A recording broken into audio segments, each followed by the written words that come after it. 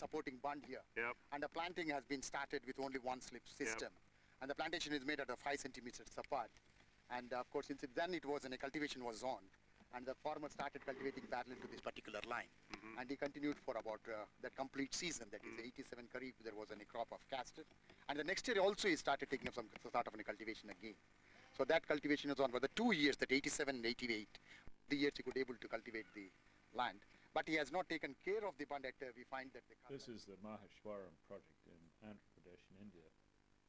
We started planting vetiver grass here about 3 years ago as a substitute for earth bunds. Soil Conservation Department have generally used earth bunds for soil conservation purposes. The farmers have not really liked them. They've only had the bunds when they've been put on the farm boundaries where they're not very useful. And they've only taken bunds when the subsidies are very, very high indeed. Here we are demonstrating. So putting in a bund again, now putting a lot of... This was planted in 1987. So it's two and a half years old. There's about a foot difference, I would say. Without any... What, a foot of dirt difference? This is another vetiver hedge. Here's a demonstration. Previously nothing would grow on this land. It was wasteland. And with the vetiver going in and planting on the contour and using dead furrows, the farmer's now getting a very decent crop of castor. This is castor or vetiver grass planted on the flat. It hasn't been planted in a V-ditch or on a bund. If it's in waterlogged. Yeah. Okay, so here we've got a gully. When did you block this gully? 88 August. 88 August. Yeah. And here we have Argav supported by cuss. You can see the cuss down there. There it is. Both have put in the same month. Yeah. And this year we have filled up the gaps of cuss. And you've got very good stabilization already taking place here. Natural vegetation. And natural. In between we have put these seeds of stylo. And what do you in think India, sort of we're encouraging people to use any vegetative measures, vegetative hedges, using shrubs, using vetiver grass, using aloe or sisal. But we think that the vetiver grass hedge is probably the best. Here is a vetiver grass hedge competing very well with other grasses.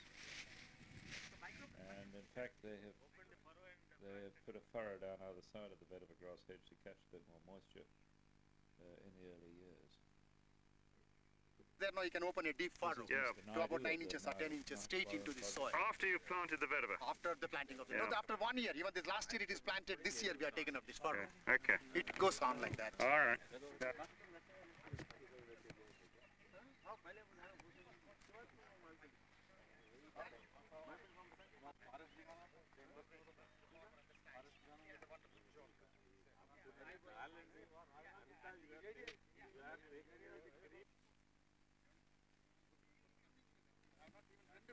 This vetiver grass hedge was planted 3 years ago on the livestock station in Maheshwaram. Again, it was a very barren bit of ground. And with the planting of vetiver grass, moisture was preserved and soil erosion stopped. Here is a Got marker. 10 centimetre build up of last silt year, behind this 10 hedge. centimetres of soil was built up on that marker, making And 30 what's the total centimetres in since all we since started? Do you remember? the vetiver hedge was planted. Do you know what the total... In between the vetiver hedges we have Stylosanthus and Macrotherium growing. Both are grown extremely well, mainly due to the improved moisture. Here is a scene from Ikrasat, where Ikrasat has been doing some experimental work with vetiver grass. This was a survival trial. They wanted to test whether vetiver would survive the long dry season, so they irrigated one section and not the other. There was no difference.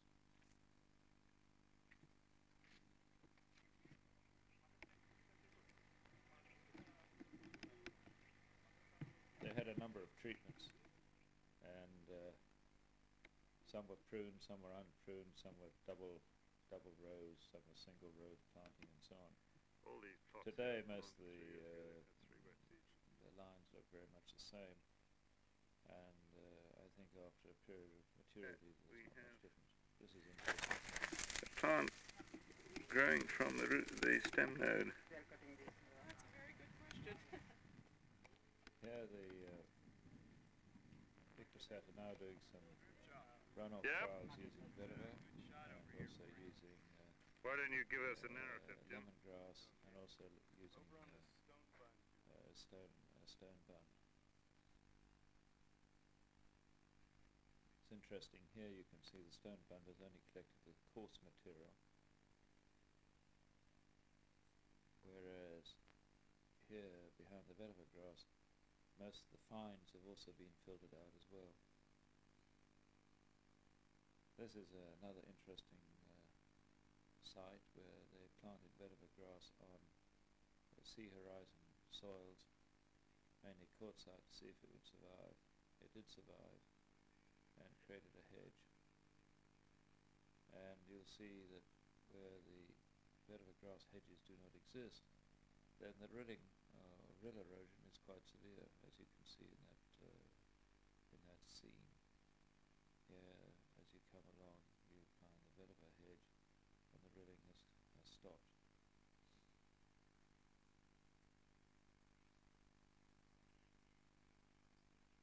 Hold your arm out straight. Here we are about to measure the amount of silt which is built up behind the vetiver grass over the last 2 or 3 years. We do this simple measurement. I think you're cheating, Nigel. Put your hands straight. There's about a foot of terrace at the end there. We have grass. See the rilling Here we which is have taking place there. There's the the Sina. plant at the same time as the vetiver. It's still rilling. And then we have the vetiver. Then we have the vetiver and Hedge. Notice the difference in reduction in rilling due to the vetiver grass.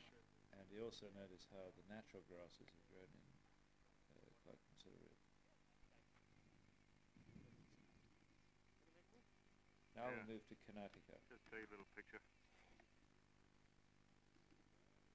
Here, vetiver grass is stabilizing an inlet to a small tank. These tanks are quite popular in Karnataka, and although they cost some money, they do provide some irrigation in the dry season. One of the interesting things we find is with in-situ moisture conservation techniques, we find that the tanks are now recharging from the subsurface rather than coming from surface recharge. Here we have vetiver grass line. This is an example here of contour farming, and they have here 2 lines of cowpea with 4 or 5 lines of finger millet growing between. This used to be again another barren bit of ground. You see there the mangoes are being planted here. Previously the farmers never were able many to grow species do we have here? fruit trees because of Four. lack of moisture. Yeah.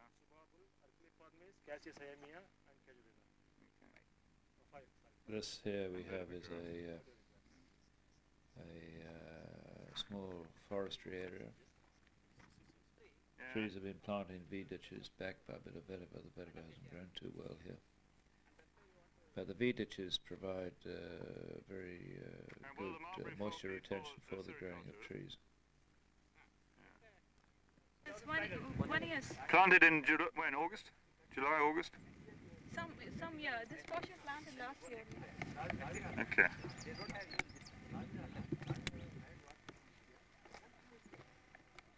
Incidents of browsing, Here the farmer is ploughing up and down the hill. He's an absentee landlord. Now you compare this crop with the next scene here, which is right next door, and there's a tremendous difference. Here we have pigeon pea, 2 lines of pigeon pea with 5 or 6 lines of finger millet intercropped. Including cuss on contour. Uh-huh.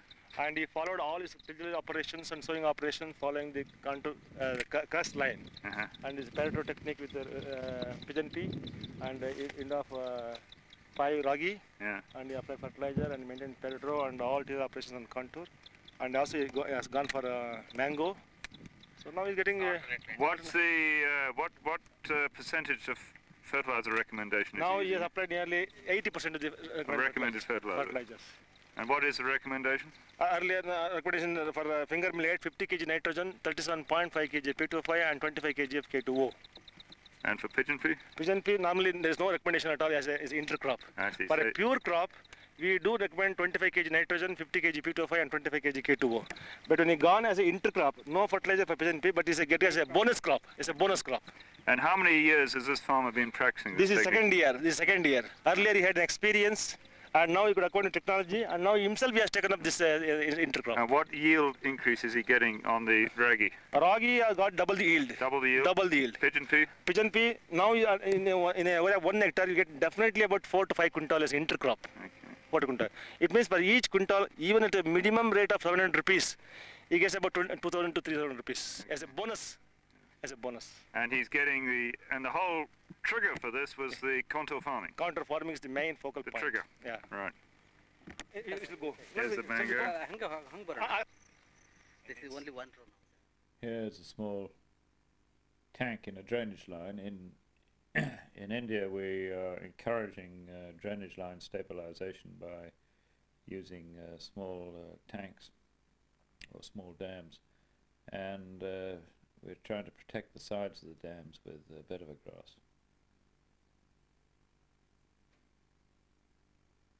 You'll see here there's some vetiver grass there, just along the edge, and on the other side of the dam, over there, the vetiver grass has been planted too. It's growing very well, and it will give very good stability there.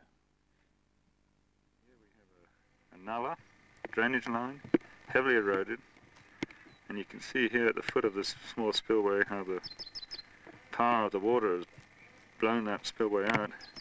Further down we have vetiver grass being grown here. It's 1 year old, and you can already see how it's taken root. It's holding against the power of that water. Here the water's blown the stones and rubble out. Here the vetiver's staying there. It's already picking up silt. Give it 2 or 3 more years, it'll be excellent.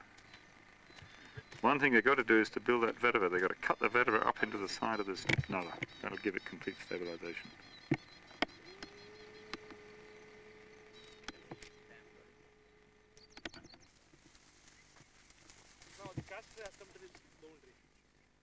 This is a line of vetiver grass. It's nearly 2 years old, and it's you can see the finger millet grown on either side of it. Contrary to what people say, it has no effect at all on the finger millet. Negatively, that is. Here's another line of vetiver and grass. it's a farming very good edge, and now farmer is so happy, and he follows all his cultural operations, tillage operations following this line. This vetiver grass here is a local cultivar, local selection by farmers, and it's quite superior, I think, to the other what they call cultivable vetiver grass. It's much more dense, it grows thicker, it's more resistant to drought, and it's palatable. Here's another group of poor farmers, very poor farmers. These were settlers from Andhra Pradesh. The quality of their village is very bad, and they decided one afternoon that they would plant the whole of the village up to vetiver grass, and they put in lines. They did the whole thing in 5 hours, all at their own cost. They're convinced, they've looked at other farmers doing it, and they think it's a pretty good way of farming. Does he expect to get a higher yield? He's expecting good yields. Now, why is he expecting good yields? Is it because he's seen other farmers, or is it just because he's been told? మీరు ఇటువంటిది వేరే చోట చూసిందా లేకుంటే దూరం చెప్పిన ఇట్లా మా ఏఎఫ్ సాహెబ్లు మా గుండా పగారులు వీళ్ళంతా వచ్చి చెప్పంగా మేము వాళ్ళు చెప్పిన చూడలేదా అక్కడ వేరే ఆమె పిలిచిపోయి చూపిరి చూసిందా ఆడంతా చూస్తుంది అక్కడ ఎట్లుంది అక్కడ ఆడను పర్వాలేదు బాగానే ఉంది. He has seen the plots which we have seen there. Yeah. So after seeing that he is convinced. So he is taking a period after being convinced there. Excellent. Well done. Now he has approved it. It is ready for harvest.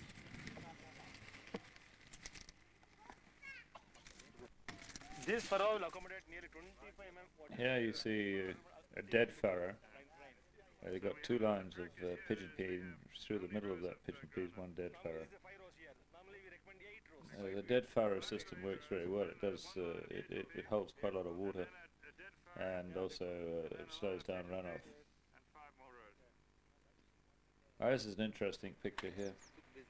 This was, I remember going there last year, a year ago, when this grass had only just been planted. No hedge, and it was on a very barren land. There was no cultivation there at all. With the advent of the vetiver hedge, the farmers have gone back and are now cultivating it. Here again, improved moisture. They're able to grow mangoes. This is going to be a tremendous boost income-wise as a perennial income for farmers in this area.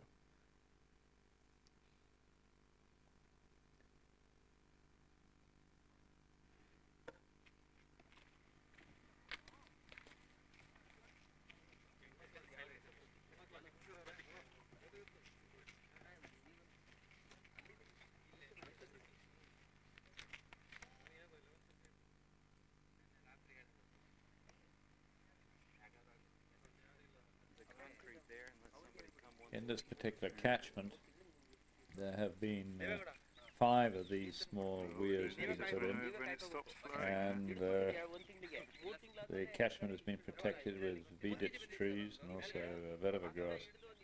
And they say that these streams now are flowing for 4 to 5 months, or maybe 6 months after the end of the rains, whereas before they might flow for only 30 or 40 days. You know, stabilise the watershed, put in these small checks.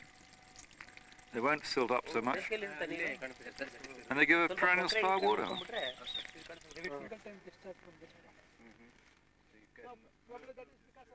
Here is vetiver grass on the research station at near Bangalore, University of Agriculture of Karnataka, and it's pretty good growth. They're also using pennisetum. Here's a pennisetum line. They found that pennisetum makes a good hedge, but it's very difficult to establish. They managed to establish it on the university farm, but we're told that farmers have great difficulty of establishing out on their own farms.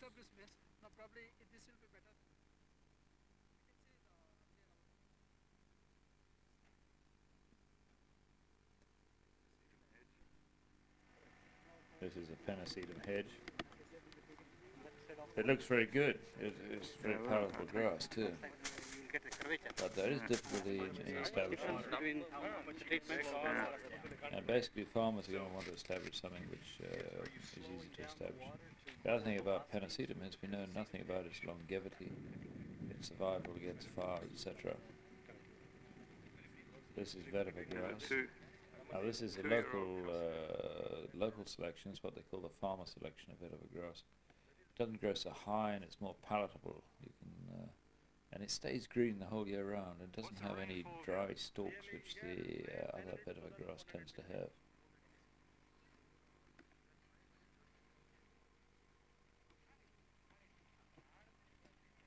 On this particular field, after a lot of prodding, the scientists told us that in fact there was no surplus water at the bottom of the field when they had these vetiver grass hedges in.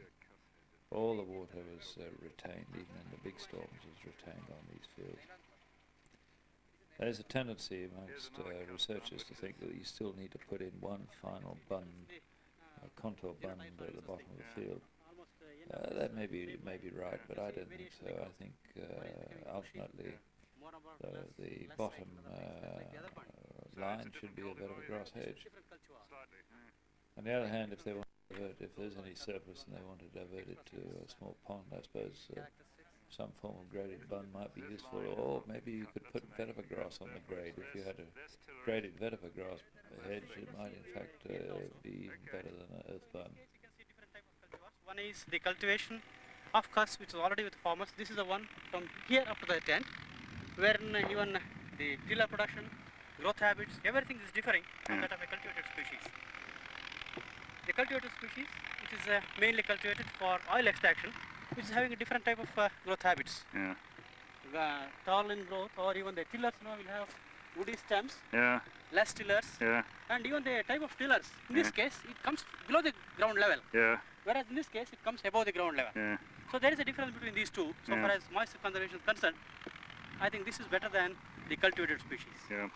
And so far as the palatability of the grass by the buffaloes or even the animals, this is more like because of the softness or succulence, less hairy as compared to the one which is cultivated for oil extraction. And this was collected from GKVK itself, from Medicinal Plant Organization. We have one project. From that, this was collected. And this is the third year. And the maintenance as such, there is no difference between the local cuss as well as the introduced cuss. The same time of planting, same time of cutting, and even the same cultivation is there on either side of this vegetative barrier. And this has both been here two years? This is 2 years. So in this case, you can see thick hedge, even at the ground level itself. There is no space in between the tillers. Whereas in this case, still you can find some gaps, not covered. Still some gaps are there. Even when there is a coverage, you can see some space in between. So this is the story of vetiver grass in 1989. I believe the technology is well established now in India, although not everybody fully accepts it, particularly the agricultural engineers. But majority of people who have been involved with the vetiver technology and who know farmers and understand farmers believe that it has major potential as an in situ soil moisture conservation technique.